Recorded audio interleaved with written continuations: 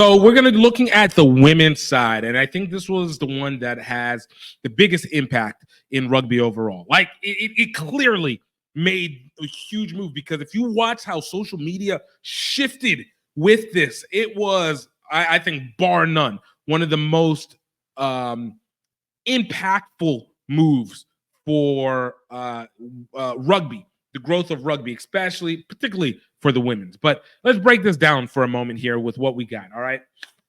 First off, shout out to New Zealand going back-to-back golds, being able to win and get that repeat. But this is where it was. The Americas, man. Canada coming in silver. What a jump back. All right. Well, first with New Zealand, a big push, the golden era of the Black Ferns. All right. Always been a tough team, but this last 10 years, 2014 to freaking 2024 has been a gold. And I don't think they're dropping off, really. I don't think they're going to be the same, but I don't think they're dropping off. But like, man, this, to be able to, the amount of winning that this team has been able to do, and especially this year when they just weren't like kicking it. They started off really slow. Like I didn't think that I didn't think they were going to be bad. I assumed they were going to be in the medal match, but I didn't think that they were as dominant as we'd known them in the past. Like Portia Woodman's been getting old. Wycliffe has been getting older, so she's been kind of thrown back. Still always a beast when it needs to be, but was holding back. I felt like they were trying to still figure out exactly who they wanted to be distributing the ball a little bit. Being able to see what the just kind of feeling out their team over the year. But like, whenever New Zealand wants to turn it on, they turn it on, and you just can't stop them. You just can't stop them. So like, big shout out, because that's in everything. It is undoubted. I put it on there. The 2014 to 2024, because it's basically about the same people, more or less. New Zealand Black Ferns may arguably be the single greatest women's team ever. I don't think it's even an argument. I think it's the single greatest era for a women's team, because they didn't just win in sevens. It's the same one they won in sevens, in 15s, Commonwealth. They won basically everywhere they went multiple times over. No flukes, no mistakes. Like, it's uncanny how good they have been. And nobody can even say like, oh man, the women's teams have just not been as good. No. This was the rise of the professional era. This was the rise of legit competition with England and Australia in 15s and sevens. The development of the Fijian side, obviously the U.S. coming into terms. Great Britain, for the Olympics, obviously. But like this New Zealand Black Ferns team it's ridiculous. It's ridiculous. There's no thing. I don't know if they're going to be ever that good, because I don't know if you have that many generational players in you. I think they have really, really good players, and they have some great players. Michaela Blythe and really Michaela Blythe is a great player. Who is it that I'm thinking of right now? Shoot, I gotta look at my roster. I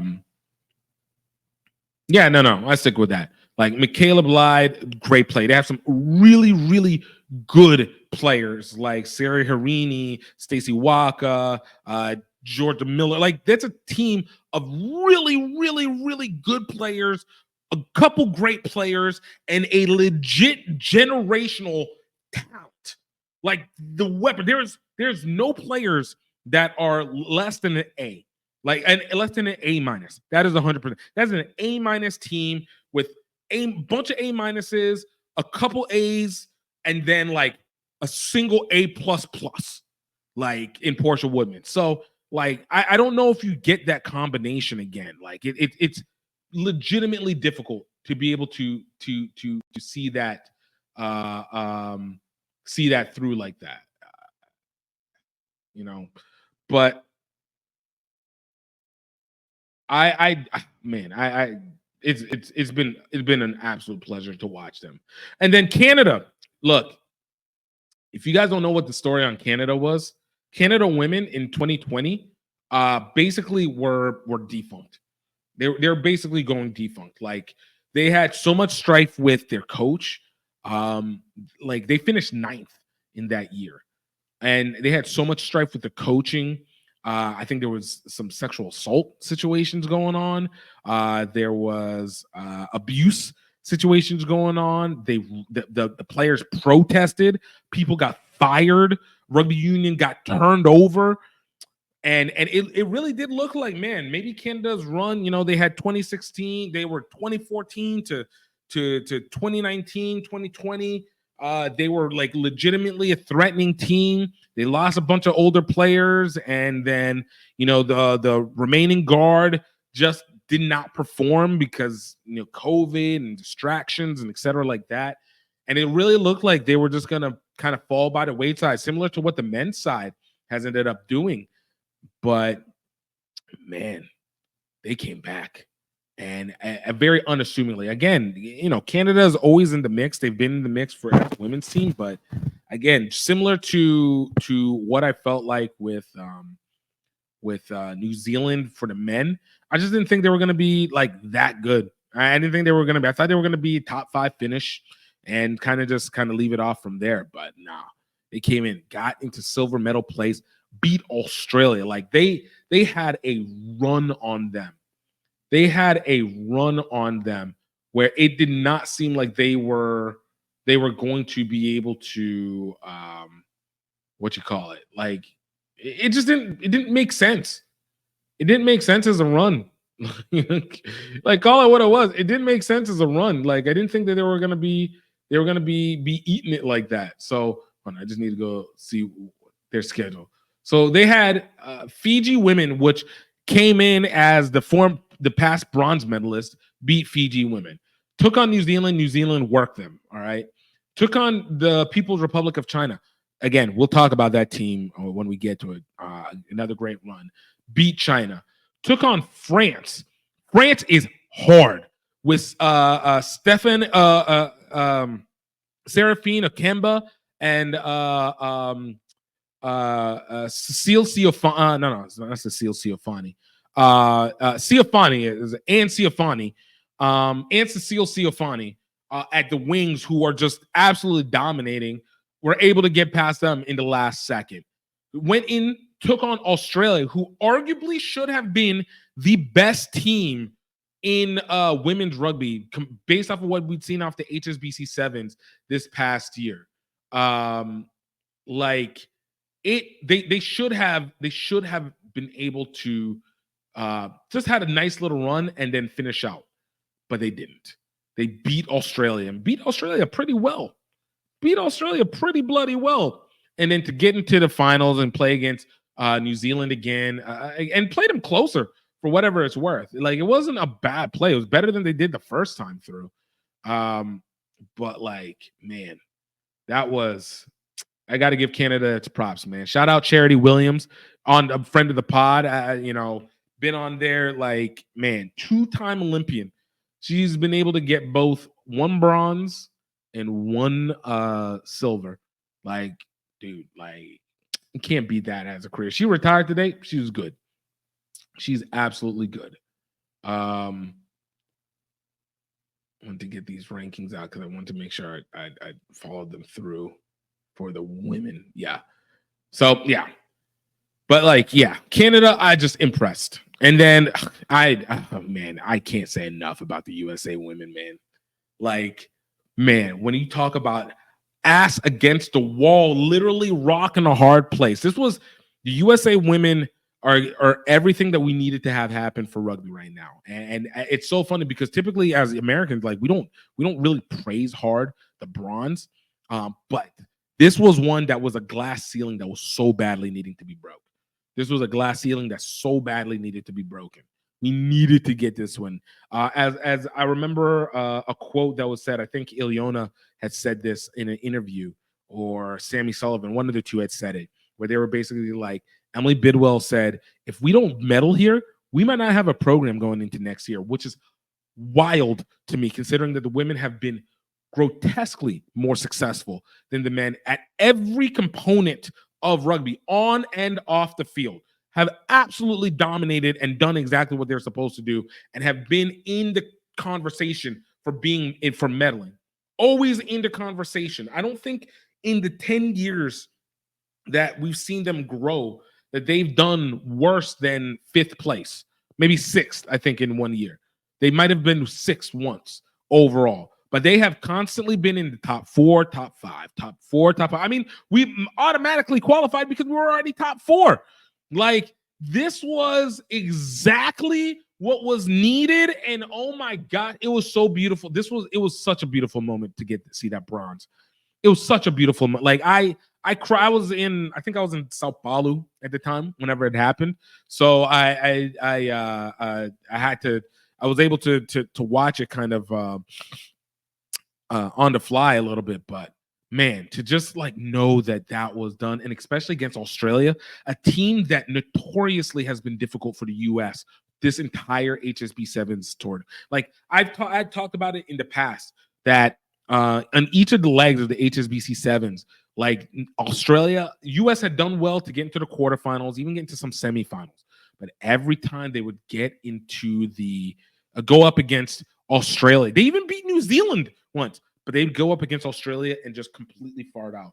Like, man, oh my God, that last play with Spiff Cedric, great broken tackle, like that was what we call a hunger play. That was a hunger freaking play. Just absolutely bout it with it. Absolutely bout it with it. And getting it for basically what was it? A 95 meter run, 100-meter run to be able to get that in to close it out like that. That is what storybook finishes. That is movie worthy. And reason why I can say this is movie worthy, because this is, and I will say this with all of my chest, the one win out of the Olympics that have actually mattered for the totality of rugby. Now, in cumulatively, New Zealand and England doing well, Great Britain, I guess at the time, typically, but New England, Great Britain, New Zealand, Australia, their cumulative performances over the years have allowed the progression of rugby for women. That was the beginning of professionalization, not just with the Premier League in 15, but professionalization in sevens. After, what was it, the 2017 Rugby World Cup was when New Zealand and Australia finally started paying their women, and they didn't have to keep being like cops and plumbers and journey women on the side while simultaneously, playing. You could just focus on play. So in terms of that progression, yes, New Zealand and them actually moved the bar into it. But that will really work in the individual countries.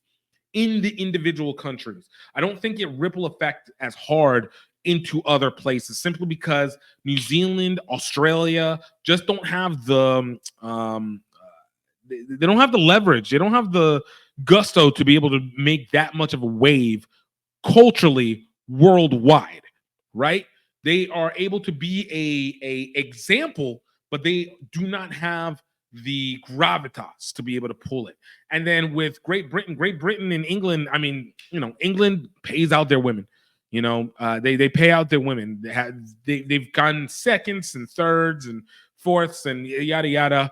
But again, very good for England, impacts a lot of what Europe has been able to do.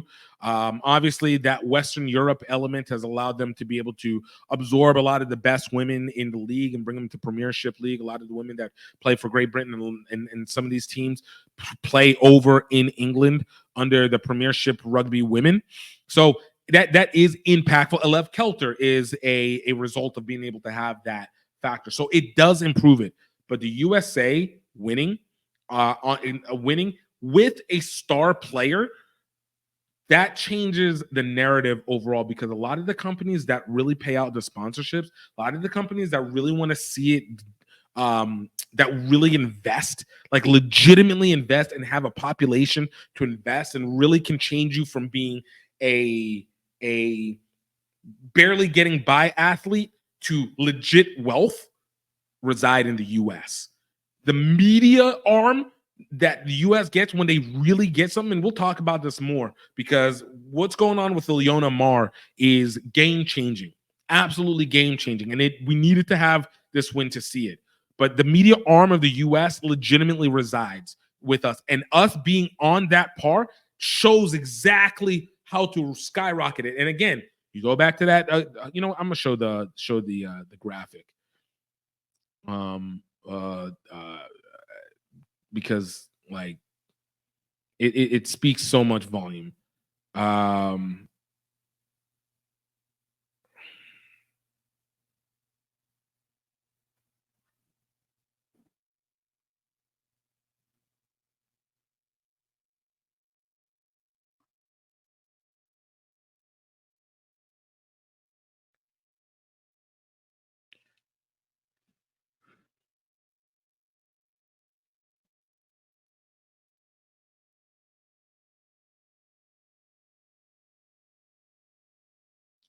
so yeah, this is the graphic that I'm talking about.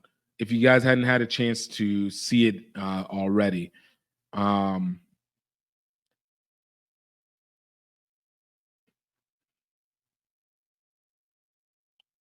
this one here, what are we doing right now? All right, is shows what was the attention and the searchability of rugby over the last 5 years, and Olympic sevens this year shot it up like nothing before. Almost 3 times the value of the men's 2023 Rugby World Cup, and even more so for twice. I guess twice the value of the men's Rugby World Cup. Women's barely even made a blip anywhere. Six Nations, especially 2023 Six Nations after Netflix's show, didn't make a blip. And even within the finals, looking at it, the Olympic where you started, whenever the men started, where the finals were, and then subsequently where the women's finals are. You guys, if you're just listening to this, you can see this on Sam Love Rugby. She was able to make this, but like the interest and the searchability is everything. It's everything because the Olympics changed it up, and to have the U.S. inside there, that is gay. It was different. You can feel it. It is different. Like I feel like we are going to see one of the biggest changes, but they have to sustain it. It has to be sustained. So we'll talk about that a little bit more because I want to go into the rest of these players. Obviously, Australia, a massive team. Like they seem to be just the unfortunate goat in this situation. They were the boss that had dominated for so long, but needed to go down for the protagonist to be able to kick in. Like Australia was, by in fact, probably the most talented, most balanced, and most prepared team going to this. Between Madison and Tegan Levy, Charlotte Caslick, Faith Nathan, and not to take away from the from any of the other women, such as freaking Dominic Dutoit, who absolutely was killing it. Sarah Packy, Sharni Williams Small. Like they had arguably the most balanced team, and they were a loss of expectation. That one hurts different. I feel for them on that one. Mind you, I don't feel for them so much where I want them to have gotten the win because I like that the U.S. won and it needed to happen. And but it was great game, great final. Man, that Spiff Cedric should be on the highlight of every single mother freaking USA Rugby ad, video, promo, whatever it is. That play is legitimately a demarcation. This could be a canon moment for USA Rugby's sevens program. And even if they're 15s, if they're able to kind of find a way to jump on that wave as well. France women, France was lost because they dropped too many balls, man. France was, I think, is as talented as Australia. Like, and this is the other thing why I love this Olympics. In the 2020 Olympics, France came in second, Fiji came in third, Great Britain came in fourth, Australia came in fifth, right? But this year, other than New Zealand, everybody else fell out. Australia obviously moved up to fourth. Great Britain fell out altogether. Fiji just bottomed the hell out.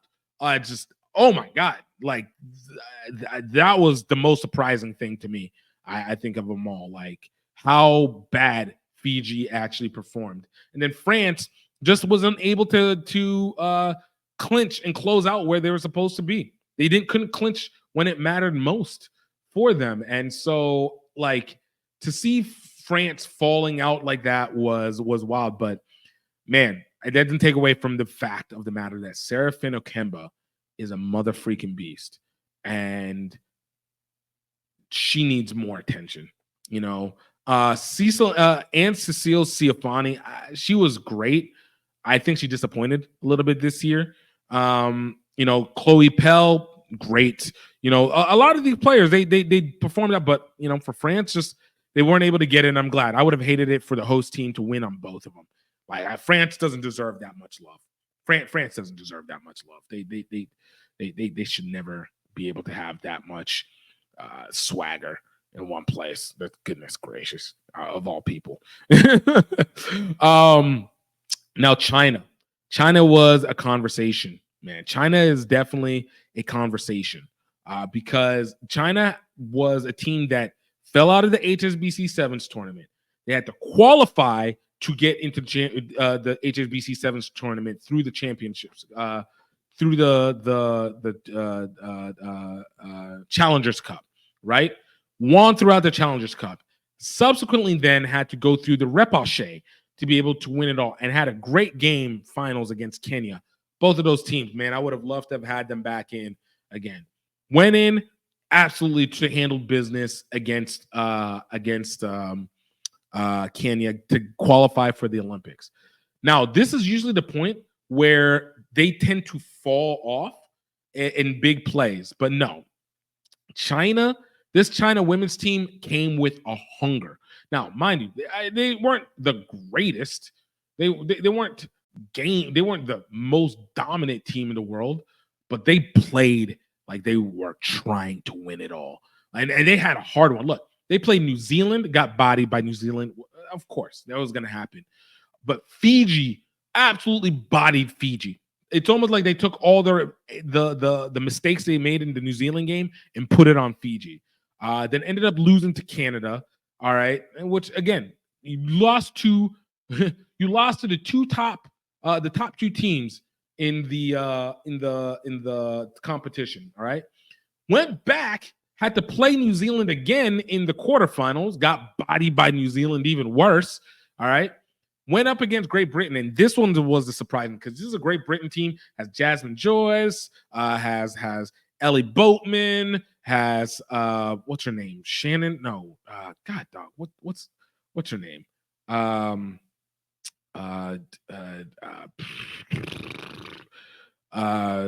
Meg Jones on it. Even Ellie Kildun, who played with the England 15s team, was pretty solid in this one. And they beat Great Britain again last second, similar to what Ireland did to the U.S., similar to what U.S. did to Australia. Last second, able to take it out the corner and be able to go in for the score, destroying the hopes of another opportunity to get third place for Great Britain. And that I think is one of the biggest wins. That is one of the biggest. That team was so defensive, and then they would end up losing to France. So obviously falling down to ultimately to sixth place. But like, man, that's a hard team, and I'm excited to see what they're going to do in the HSBC sevens because China's been there, has been a normal mainstay. So whenever they weren't there, it was a little weird, especially they lost to Japan and everything in those plays. But it looks like they're trying to get themselves back. And I think they'll be ready for LA. I think they'll be a legit threat. Still not great athletic talent, but really good mental, really strong hitters. They're big players too. And they're a lot faster than you think. They're not speedsters, but they're not slow, Great Britain, again, like I just said, I feel like it's disappointing, but it's hard for that Great Britain team. Like they don't play together all year round. Like it's some combination of Wales, Scotland, and England. Like that's a wild combination when each of those plays teams all have their own, even though Wales doesn't really have a women's sevens teams that's worth anything. But like they all usually are playing differently, and then you have this all-star cast that goes under this what is it, the Captain Jack, the one-eyed Jack flag, whatever the F it's called, and then you got to play together at the last second. And I'm not gonna lie, man, Great Britain and Ireland, that game felt personal. If you guys watch it, that game was personal. They were legitimately trying to hurt each other. Great to watch, but they were legitimately like really making like remember me shots on the players. I thought that was fantastic. But again, Great Britain's not a cohesive team. So anytime they do well, they just have a lot of talent. Jasmine Joyce, like I said, speedy, absolutely gets it every time she's on the field. But she can't do it by herself. You know who I didn't see pop up. I don't know if she got injured or not, but Amy Wilson Hardy. Didn't hear her name hardly at all. No pun intended. Didn't hear her hardly at all. So it was just like, what is it that's expected from them? And you get a 7th place finish. Ireland women, man, tough one. Again, Ireland women has always been like that. It's like a B+ team. They got some legit talent off the edge, from what's her name? Amy, it's a four name. I always got to keep going back to the rosters, man. I'm so bad at remembering names off rip. Amy Lee Murphy Crow, like absolutely killing. Vicky Elms Kinlan as well, but really Amy Lee Murphy Crow was, I think, a really big game changer for this Ireland team. She scored. She was a scorer. Like, she was a scorer. And I think she was probably the most effective player that they had. Defensively, they were good, but again, it's just one of those teams that just don't have the full talent. Like they are a veteran team. They're a knowledgeable team. They got talent. They got A talent. They got B+ talent, B- talent, B+ talent. They don't have any A talent. They don't have A+ talent, unfortunately. And it can go in any way. So them falling down to them being at 8th place, is a rough one. But where were they in the last Olympics? They weren't even in the last Olympics for women. So like just to know that they were able to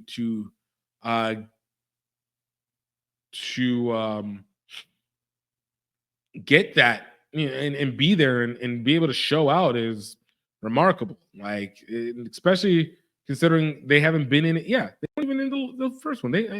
Someone told me that Ireland had been. It's just the men. But like, yeah, like you do what you can and you kind of jump back. Losing Lucy Mulhall Rock is definitely going to be a big hitter for them. Great captain for basically 10 years. Like that's impressive.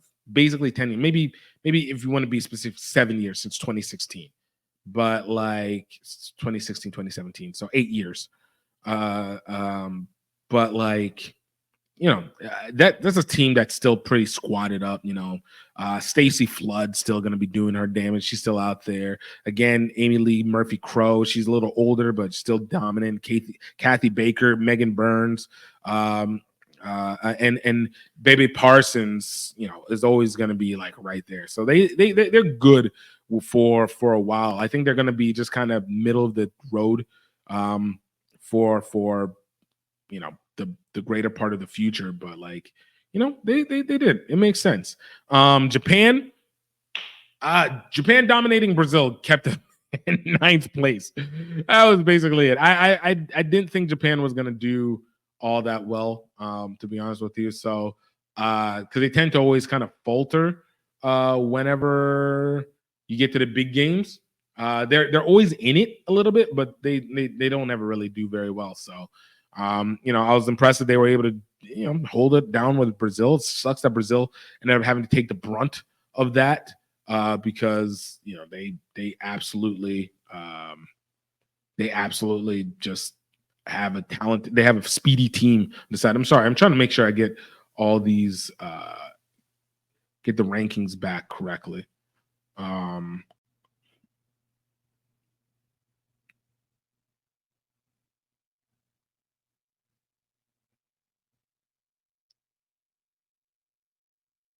Yeah. So like it's just that. And then Brazil, you know, they did their best.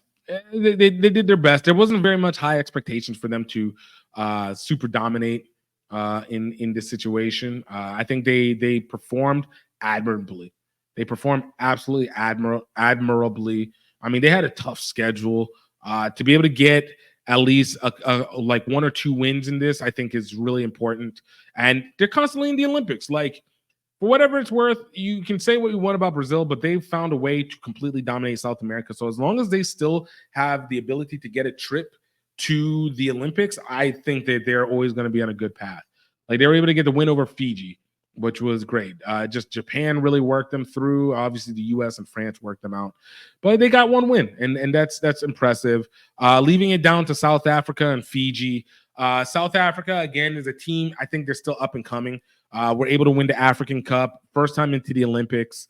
You know, there wasn't again very much expectations. Again, a talented team. I think they're like a C+ team. You know, they got a couple B players. Still going to be searching. They're still going to be finding their best, but it wasn't. It wasn't bad. Like it wasn't bad. It was like, yo, shout out to them. They did their thing. I think that there is a potential. That South Africa women's team, I think, has a rise like what Fiji was doing. Fiji women were doing, but I don't know what they did this year because Fiji women, like, I thought that they were about to clean up because the last Olympics they were just knocking everybody out, knocking people out. They were hard hitting. They're big. They were fast. They were quick. You know, able to do their damage. Like I think they really started coming around 2015. You start to see the growth, and you know, I thought they were going to top out on this one, and they really didn't.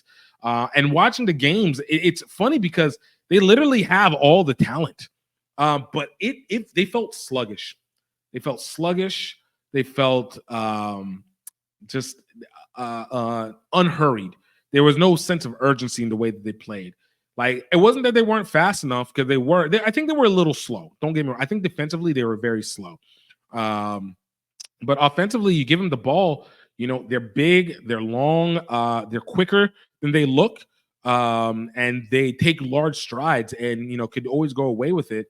Still hit big, but they just weren't getting to the players like they didn't the last Olympics. And you know I hope they're able to rectify this and really kind of get that fire back underneath them because I feel like they really played half-ass. Like they lost against Canada 14-17, got mollywopped by China 12-40. New Zealand mollywopped them 38-7. Then Brazil beat them, which was I think an upset by all intents and purposes. And then South Africa beating them in the last minute. So man, you know, there's a lot, man. It was a lot. So I thought this was a great one. This was really a great one, really succinct. But yeah, man, let me know what you guys' thoughts were on this one. I know this was a long one, but I don't care. This is what the point of the podcast is there. So let me know what your thoughts are in the comments. Yo, what did you like from the women's side? What did you like from the men's side? Tell me what you guys are going with, man. Yeah, we're going to be right back after this commercial break, and we're going to be talking a little bit of who are some of the hottest players to come out of this. This is Gifted Bailey with Rugby Swag. Be right back. They're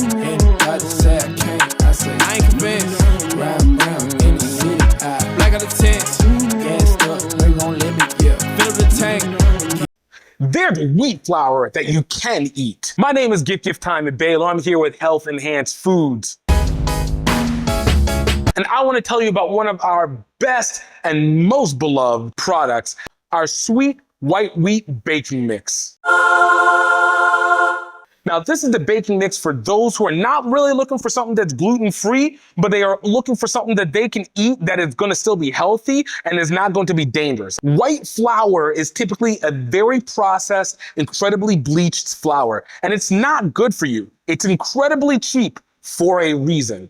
Our sweet white wheat bread mix is whole grain, dairy-free, high in dietary fiber, free of additives, and is absolutely unprocessed and unrefined. With our sweet white wheat bread mix, you can feel like you're getting all the same rewards that you would get from poor white bread, but with all the nutritional value. You're able to still make your bread loaves or your cakes, your flat bread or your cookies, but you don't have to feel like you are going to be robbing yourself of good carbohydrates. You can get the sweet white wheat bread mix from healthenhancedfoods.com. Absolutely go impress your friends and family with the greatest bread while not making them feel like they have to be gluten-free at the same time. No dangers, full body pleasures. Go ahead and get yours today. Let's go.